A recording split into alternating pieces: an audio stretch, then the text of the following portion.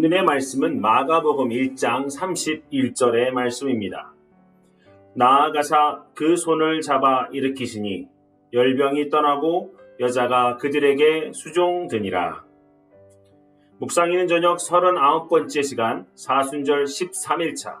오늘의 주제는 그 손을 잡아 일으키시니입니다. 최홍종이란 분이 계십니다. 최홍종이란 분이 의료 선교사인 포사이트와 함께 선교지를 향해 나아가고 있었습니다. 선교 탐방처럼 여러 지역을 탐방하고 있었던 것이죠.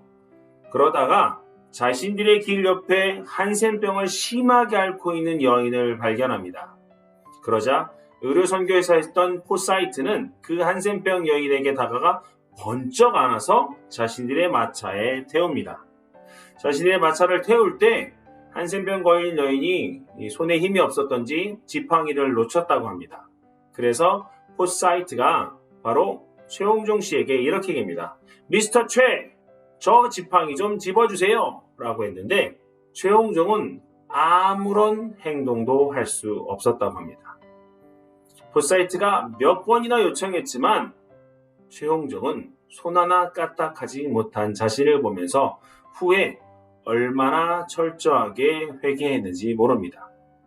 저 선교사는 이역만리 남의 땅에 와서 한센병, 나병 걸린 그 여인을 몸에 안고 말차에 태워서 보살핌을 주고 있는데 같은 동족인 나는 그 여인이 집었던 지팡이조차도 짚지 못한 나의 두려움과 걱정과 불안의 마음들은 나는 정말 참 아니구나.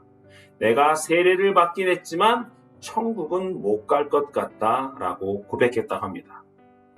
그 사건을 통해 최홍종은 너무나 큰 깨달음을 얻어서 광주에 있는 나병원을 찾아갑니다. 그리고 그곳을 개원하기 시작하는데요.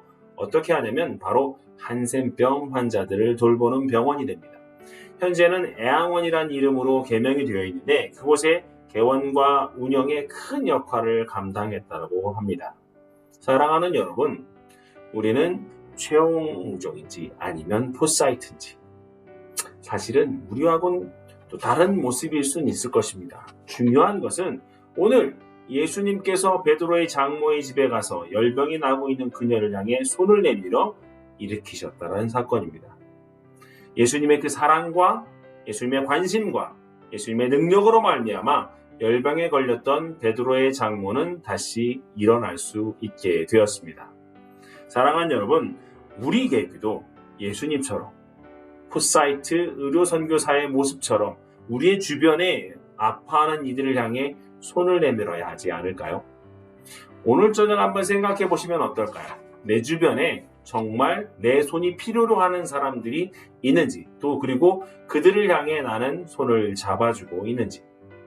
또한 중요한 것은 바로 그런 아픈 자들을 향한 예수님의 마음이 나에게 있는지를 돌아보시는 시간 되시면 어떨까요? 오늘 사순절의 시간 주님의 마음이 바로 나의 마음이 되기를 소망하는 은혜의 저녁 되시기를 주님의 이름으로 축원드립니다. 감사합니다.